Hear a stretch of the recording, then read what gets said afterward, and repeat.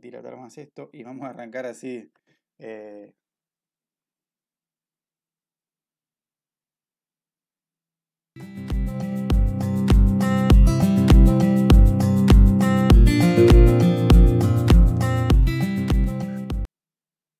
bueno, decíamos, ¿no? Las preguntas. Luciana, te aviso por las dudas, estoy conectada también desde la otra cuenta, así que Ah, genial, yo te habilito la entrada. grande, genial.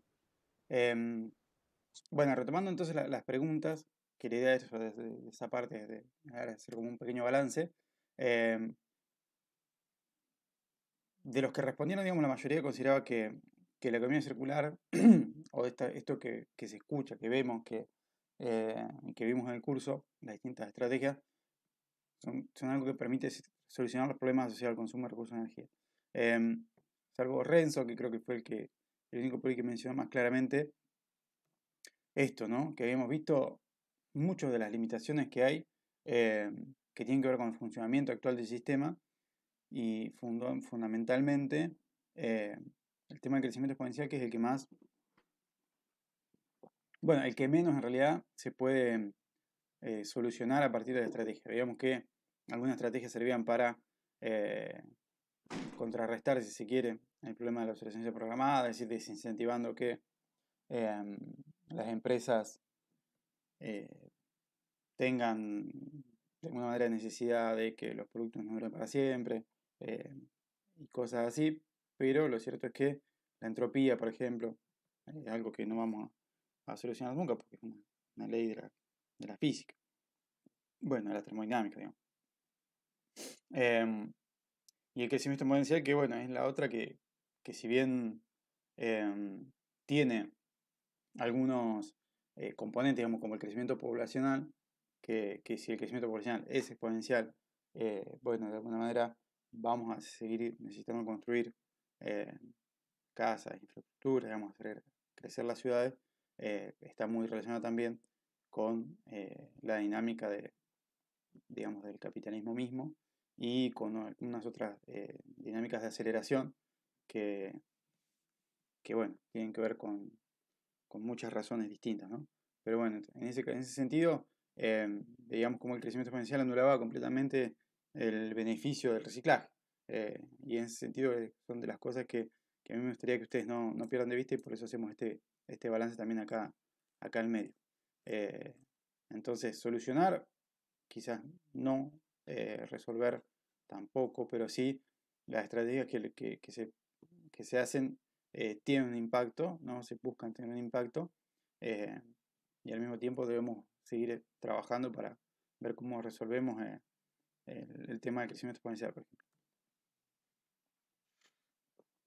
En cuanto a las capacidades que tienen los distintos niveles del Estado, digamos, para aplicar estas estrategias, la mayoría por ahí veían los gobiernos locales, digamos, como los menos preparados, y eso eh, creo que es cierto, a la vez es como que es el nivel en donde más tenemos que actuar, digamos, a nivel local, porque, bueno, básicamente es en el territorio ahí donde las cosas pasan que hay que tomar decisiones. Al mismo tiempo, la legislación misma le va dando más autonomía, por ejemplo, en el tema de residuos, a, a las, a las ciudades, sí, a las ciudades más que nada.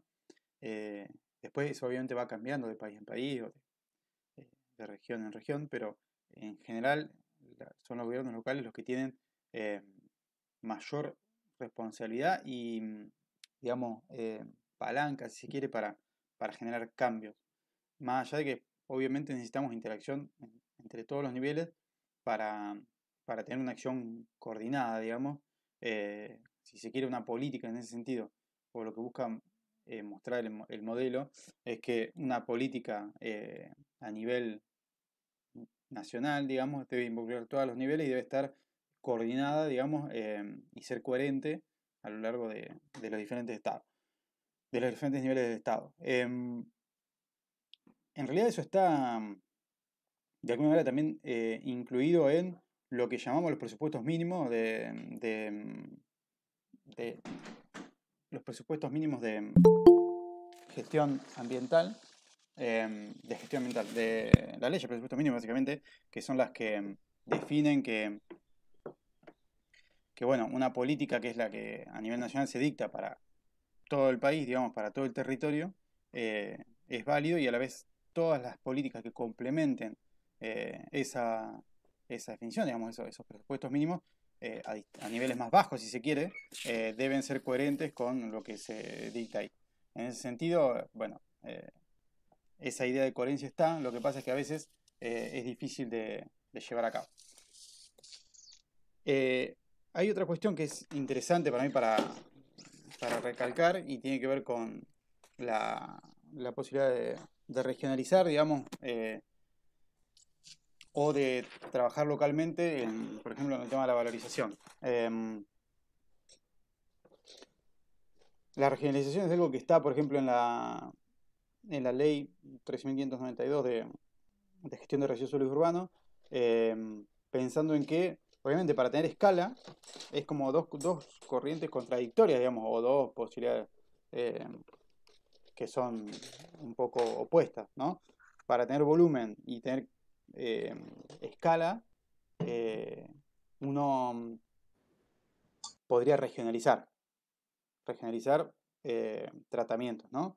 Eso está inscrito en la ley, ¿por qué? Porque en realidad la provincia de Buenos Aires en realidad es como una especie de monstruo, si se quiere, en el cual tenemos la región del Gran Buenos Aires, donde hay muchísima densidad poblacional y donde realmente no hay digamos, hay una continuidad en los municipios, es decir, que en realidad termina el municipio de Lomas de la Mora, de Lomas de Zamora y va a arrancar de Lanús, y en realidad están pegados, o sea, no hay como tenemos nosotros entre Olavarría y Tandil, digamos, o entre Olavarría y Tapalqué o Olavarría y Azul, eh, kilómetros y kilómetros de distancia, ¿sí? De nada misma, o sea, de campo.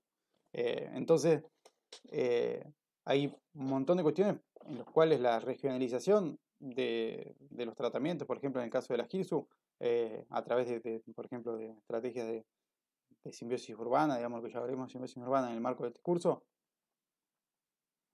y en realidad hay un montón de lugares para los cuales no tiene sentido. Hay lugares en los que sí y otros en los que no. Entonces, eh, hay lugares donde, digamos, y también depende también de las corrientes, ¿no? La corriente orgánica, obviamente, decíamos, no tiene ningún sentido pensar en una regionalización, sino que se puede hacer a nivel local, salvo en los lugares donde la densidad es muy grande, como decíamos, en lugares como puede ser el Gran Buenos Aires o la Ciudad de Buenos Aires. Incluso en la Ciudad de Buenos Aires hay distintas plantas de compostaje eh, que, que atienden a distintos barrios. Entonces que de alguna manera es una valorización semi-local o semi-regional. Pero bueno, todo eso hace a esto, a ver cómo pensamos las interacciones y cómo adaptamos esas interacciones a la realidad misma del territorio, ¿sí? Que tiene que ver con esto. Las posibilidades, por un lado, pero las posibilidades también se pueden desarrollar, ese es el otro tema, ¿sí? Muchas veces decimos, justamente los gobiernos locales no estaban preparados y uno podría pensar que entonces eh, la regeneración es una buena opción, pero sin embargo también uno puede pensar en desarrollar las capacidades de los gobiernos locales para que puedan hacer esto, llevar esto adelante. Bien, y una cuestión que es fundamental, que no lo vimos en detalle para nada, y que se atraviesa, digamos, los distintos niveles, serían las estrategias de responsabilidad extendida del productor. En las cuales,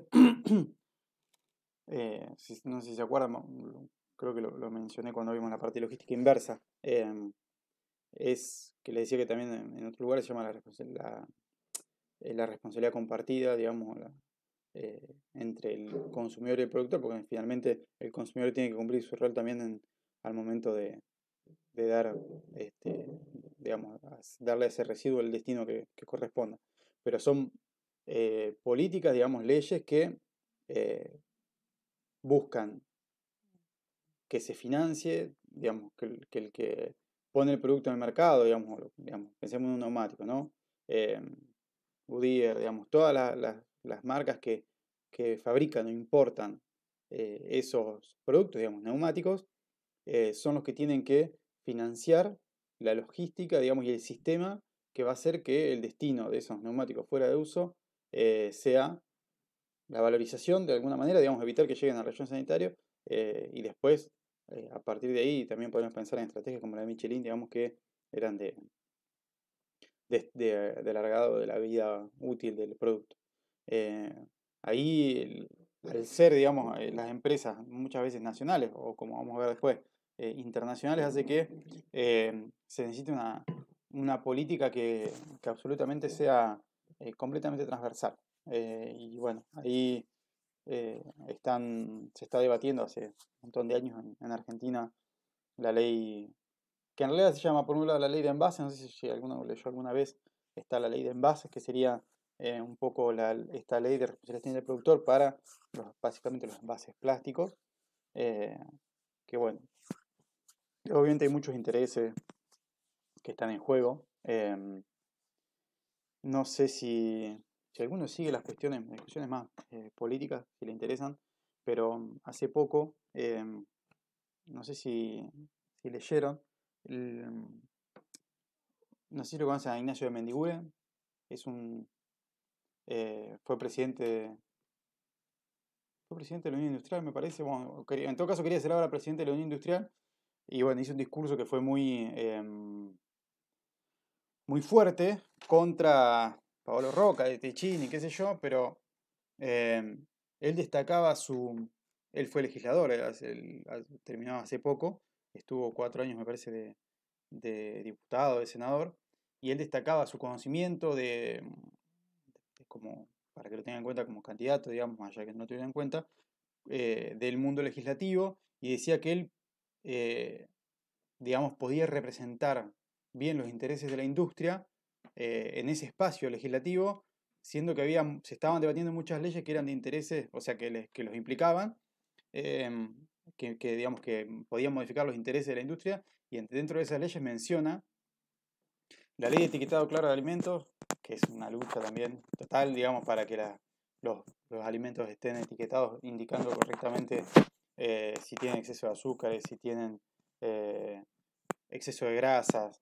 Bueno, esos son unos rótulos que ya hay en otros países que, bueno, la industria se opone, obviamente, ¿no? Porque tampoco podrían poner, por ejemplo, los animalitos, digamos, que atraen a los chicos para el consumo, etc.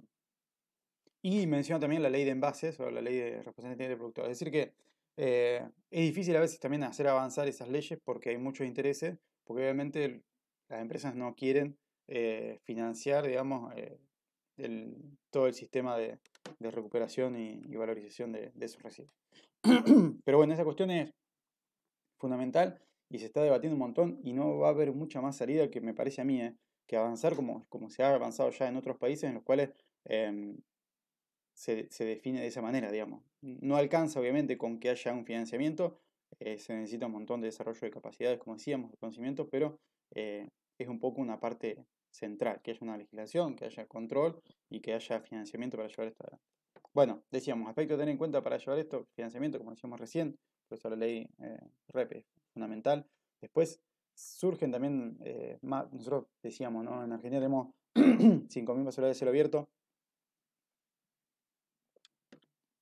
Si bien una ley REP permitiría, digamos, tener un impacto también en ese problema, también se necesita financiamiento para un montón de otras cuestiones, ¿no? Que son incluso más capaz que de base.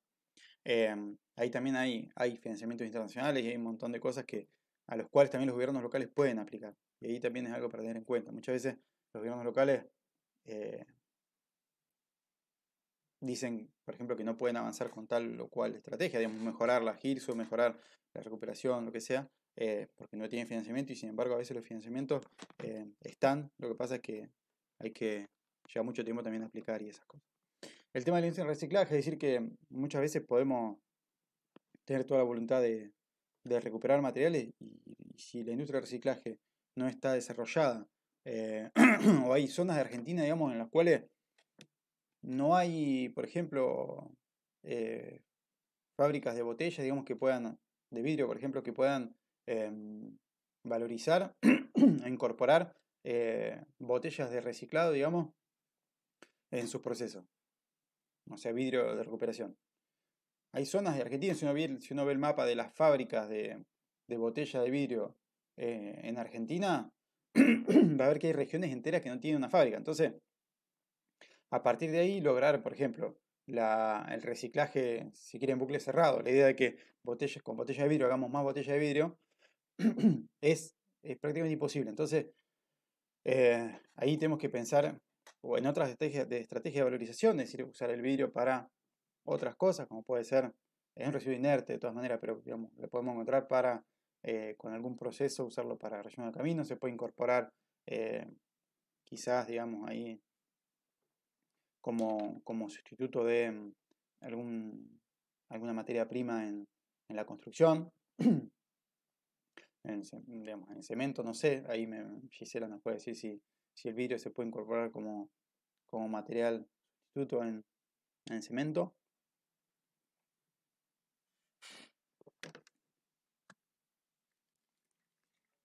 No sé si está Gisela.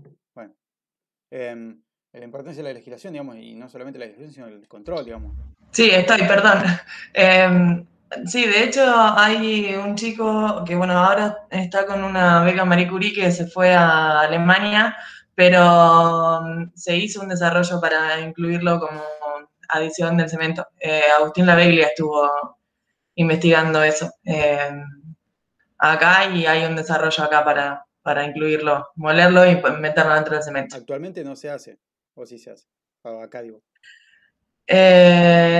No, hicieron todo el desarrollo y la investigación con botellas de todo tipo Mm, y para, digamos, primero las clasificaban, ponerle botellas de cerveza, bueno, no me lo sé mucho el proyecto, pero vidrios de distintas clases, ponerle vidrios incluso de monitores, han claro. probado, los molieron separados y los probaron todos separados para ver si todos funcionaban igual como para después que sea más fácil reciclar ese vidrio y, y sí, y parece que todo funciona igual y funciona bien. Así que sería una opción para usarlo. Claro. Sí, bueno, y así hay que ir buscándole un poco, digamos, adaptando las condiciones locales a la realidad. Después, de vuelta, la botella de vidrio, sí, justo di ese ejemplo, pero en realidad nosotros depende del producto, digamos, con la cerveza la reutilización se hace bastante, no así con el vino, digamos, que existe, digamos, se puede, digamos, las empresas que hacen los embotellados de vino compran botellas que ya fueron usadas, digamos, como para utilizar. El tema es que las embotelladoras están todas de vino, digamos, en la región, por ejemplo, de Cuyo. Eh, entonces, desde acá, por ejemplo, sé que en Tandil se averiguó en un momento, o sea, te vienen a buscar, te pueden mandar un camión a buscar botellas, tienes que juntar 10.000 botellas y deberían estar sin etiqueta y limpias. Entonces, no es una locura, pero deben ser todas, no sé si se dieron cuenta, digamos, si ya se fijaron eso, pero las botellas de vino tienen distintas formas, son todas la misma capacidad, pero tienen distintas formas y distintas espesores, si se quiere. Las botellas más caras son las que tienen la parte de abajo, digamos, como un cono y son más pesadas porque son, digamos, para marcar que es un vino mejor, ¿no? Se diferencian por eso. Entonces son botellas también que son más caras. Lo cual en sí uno podría pensar que se aumenta el peso, con lo cual el combustible del transporte se gasta también mucho más. eh, y como nos pasa como con los teléfonos, finalmente no sé, bueno, podríamos tener todas botellas iguales y poder reutilizarlas, digamos, sin problema. Y bueno, no, forma parte también eh, de nuestra misma naturaleza, en realidad, porque si las botellas son distintas, porque al consumidor son cosas que lo atraen, digamos, y lo condiciona al momento de la compra. Pero bueno, ahí son donde las coordinaciones, pensar que las políticas tienen que bajar, digamos, a ser armonizadas a nivel nacional, tiene que ver con eso también. Eh, por ejemplo, una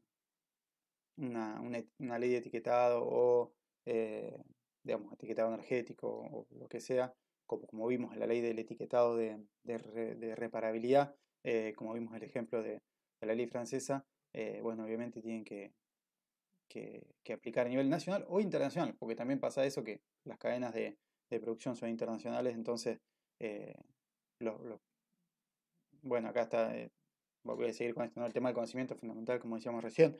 eh, el tema de que se puedan hacer esas, como veíamos recién, ¿no? Investigaciones para ver qué se puede hacer y qué no. Y no solamente eso, sino después acompañar en los procesos de, por ejemplo, decíamos, ¿no? Cuando un parque industrial quiere pasar a ser un ecoparque industrial, bueno, ahí es fundamental, como factor de éxito se encontró en los casos de estudio que el hecho de que haya un centro o instituto de investigación acompañando, si es dentro del parque mejor, bueno, tiene que ver con eso, ¿no? Que el conocimiento tiene que ver con no solamente generar ese conocimiento, sino acompañar los procesos de transformación.